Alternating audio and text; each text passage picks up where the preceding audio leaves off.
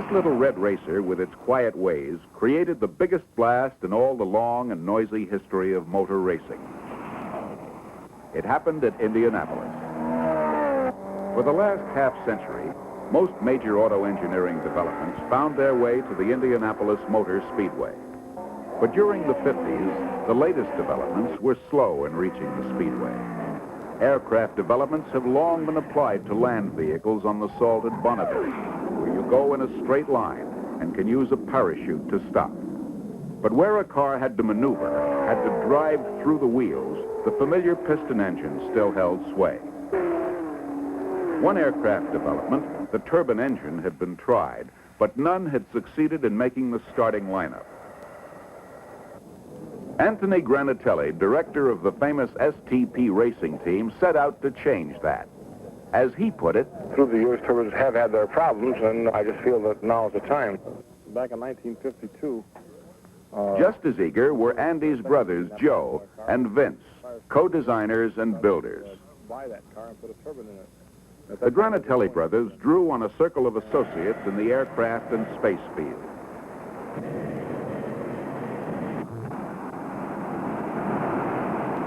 Space-age experience and techniques were essential in Andy's plans. He wanted the car to be an innovator, and he wanted it to be successful. Then came the break. Andy learned there was an industrial turbine engine that would do the job. All of the things we need to fit our race car: acceleration, deacceleration, economy, things that are unknown, unheard of in turbine power. Unlike a jet, which gets its forward motion directly, pushing the heated air out behind, the turbine engine forces it through a turbine wheel, which turns a shaft. The very essence of the turbine is balance. Precise, even rotation, with few moving parts and close tolerances, give the turbine its smooth operation and tremendous reliability. The engine can burn almost any flammable liquid, but its normal diet is kerosene. The fuel is ignited by a unique device called a glow plug, a plug developed as an outgrowth of aircraft igniter research in collaboration with the engine's manufacturer. Unlike spark plugs and igniters, the glow plug's firing end has a coil that glows white hot to start fuel burning and provide dependable, continuous power. Finally, the right engine. How do we harness all this torque? How do we make a car handle? The technicians report that we need a box section frame of aircraft design. The engine must hang out like a wing on an aircraft. The driver must hang alongside. This means centerline construction, wishbone, backbone type. The frame is the most complex aluminum structure of its size ever built. An important safety feature: centerline storage of fuel in separate rubber-lined cells within the main frame.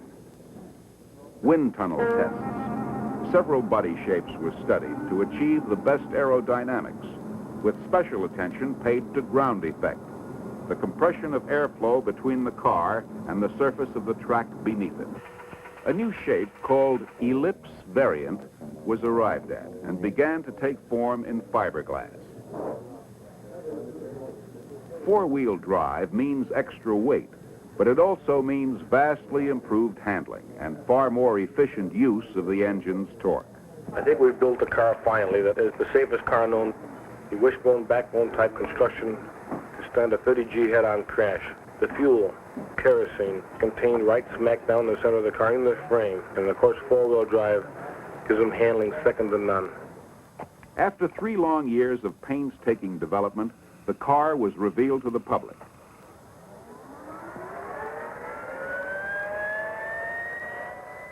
Now all it lacked was a driver. Andy wanted the best. He wanted Parnelli Jones. First time that Andy asked me if I was interested in driving, and I thought at that time that the car would have lack of throttle response and lack of deacceleration. But I told him that I'd take a test ride in it, Phoenix, and give him a good, honest evaluation of it. Of course, I didn't know if it was going to take off over the fence when I jumped on the accelerator. And I was really impressed, and I didn't even care about getting back more than other automobiles. From there, I told him, I said, well, I've got to go to Indianapolis to take a ride in it. So I did. Of course, it was raining at Indianapolis. The weather was very poor, and we didn't get very much running in, but I run 162. And I said I certainly was going to be interested in driving the car.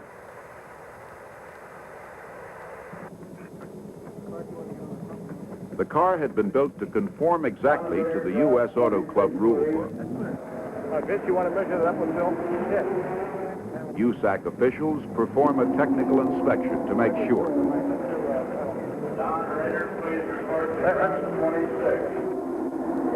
Fully a half inch in there. We're perfectly legal there, and we'll accept it. Now, we want to check the front end of your suspension, your transaxles here, your arms. I can see nothing wrong with this thing. I also want to check the flap. The flap, installed since the Phoenix tests, added aerodynamic braking to assist the four-wheel disc brakes. I deem it as not in the class of a spoiler. However, I want to reserve the right to check it under aerodynamic conditions out on the track. I want to compliment you on the design and structure of this chassis. This is one of the finest cars that has presented itself here to Speedway in a good many years. And it's possibly the beginning of a new breed. You're to be congratulated. As pleased as Andy was Byers Burlingame, management's representative on the project.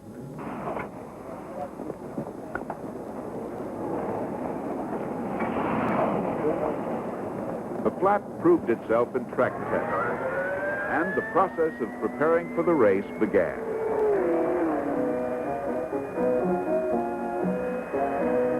The month of May is devoted to practice, learning how the car handles in the turns, fine-tuning the chassis, adjusting the car to the driver. The challenge, the best in equipment and the top drivers, including foreign talent. Jimmy Clark and Jackie Stewart of Scotland, Graham Hill of England, Dennis Holm of New Zealand, Joachim Rindt of Austria, and Lucien Bianchi from Belgium. Colin Chapman, whose rear-engine Lotus designs helped end the reign of the front-engine Roadster, takes a look at the shape of things to come. It's a sleepless, hectic time as 90 cars and 61 drivers compete for 33 starting positions. Technical experts help the teams get the cars in top trim. As qualifying trials draw near, the pace quickens. Despite some gear problems due to a faulty piece of material, Parnelli pushes his speed up well into racing range. 164, 165, 166 miles per hour. It looks good. It's a happy crew that awaits qualifying trials.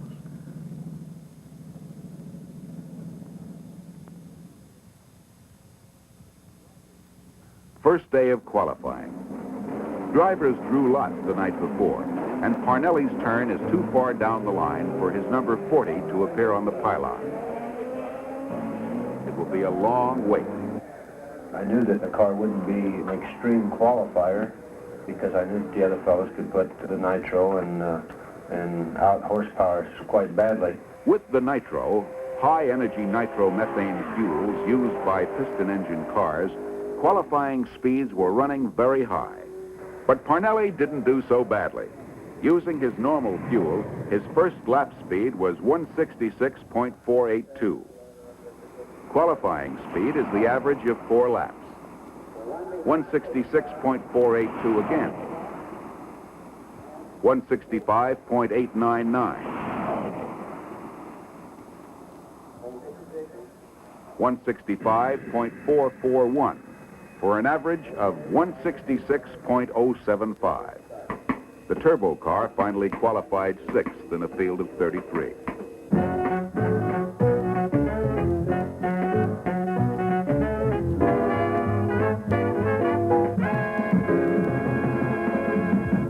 In the front row were Gordon Johncock, Dan Gurney, And on the pole with top qualifying speed of 168.982, Mario Andretti. Parnelli wasn't too worried about his starting spot. I thought that when the race started, when they took their nitro out, their speeds would come right on down past mine.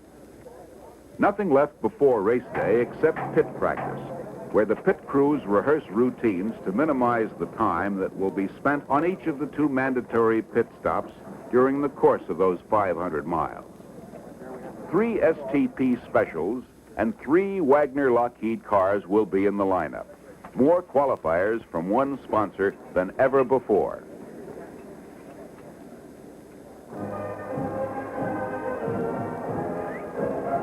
Memorial Day 1967 dawned overcast and damp, but gray or not, the time was at hand. Gentlemen, start your engine.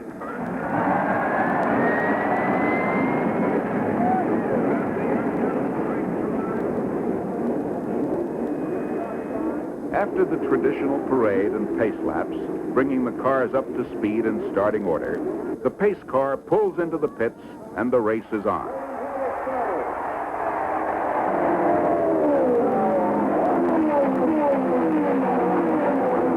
Jones makes his way high on the outside, out of the groove. He takes Gurney. Now John Cox.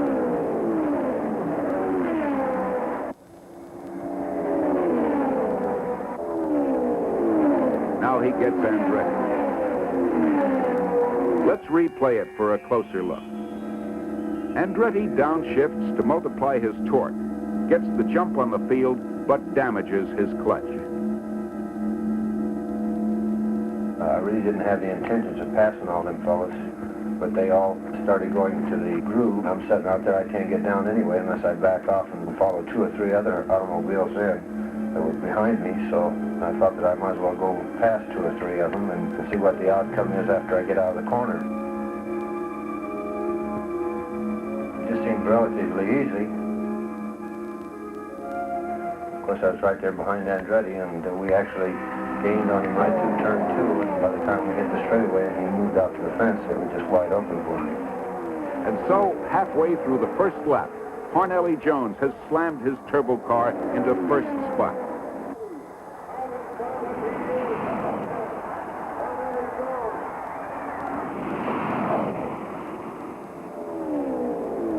It looked easy from there.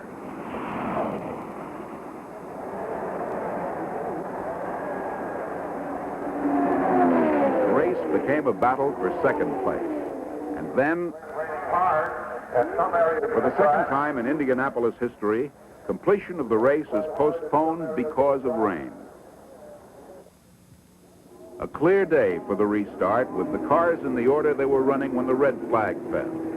Parnelli lost his 13-second lead on Dan Gurney because of the restart.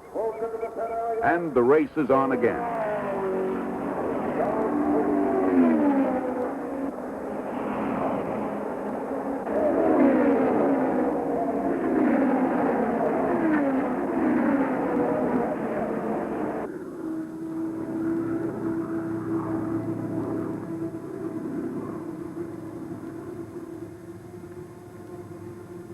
It looks like a repeat of yesterday's parade until, on Jones' 51st lap, He just proceeded right back down into the groove, and I deliberately spin the automobile to keep him running over him. I felt that I really never lost control of the car during the spin. Of course, I come out and pointed in the right direction and was able to continue on. Parnelli broke track records on almost every lap and broke them easily. For some, the race is too predictable, but it's not that for. The turbo car is suddenly overdue down the main straight. On the 196th lap, with 7.5 miles to go, the car lost power to the wheel. Car was running quite smoothly there under the caution. I thought there isn't nothing that can go wrong. It's like driving my passenger car down the highway. All of a sudden, it just went out just like that.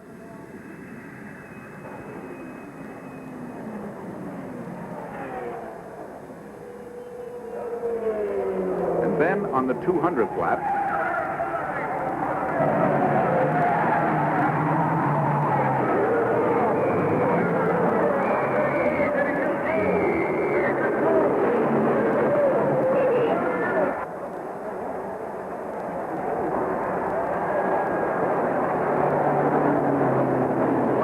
like certain victory for Parnelli Jones, and the STP turbo car now became a third win at Indy for A.J. Foyt. It was a victory not just for Foyt, it was a win also for the Coyote car which he designed and for the tires which carried him those 500 miles to victory. Did you have any passengers on what was wrong? I think we had a bearing failure, a ball bearing failure. When the bearing failed, then the gears obviously had to fail. Other than that, Andy, you're completely satisfied with the car. Never seen an easier race. Parnelli could have run faster, isn't that correct, than he ran in this race today? I kept him slowed down all day long. Do you have any plans to run in any races other than the 500 with this? Really have to recuperate a couple hours before I can make up my mind. Well, my dad said something to me a long time ago. He said, it can't get any darker after midnight, so I've already felt bad many, many times, and I don't think I can feel any worse than I do, but I really feel sorry for Parnelli more than anything else. How much faster could you have gone if you had really get on it to the present? Probably 180. Despite the disappointment, the turbo car team was aware of the importance of what they'd done today. If I drive next year, it'll probably be in a new version of this car here. Turbine engine is the most reliable ever. Wouldn't it be nice to have a car that the engine would run for 10, 20 years without ever touching it? It's smog-free, performs superbly in cold weather, and it's exciting because it's tomorrow.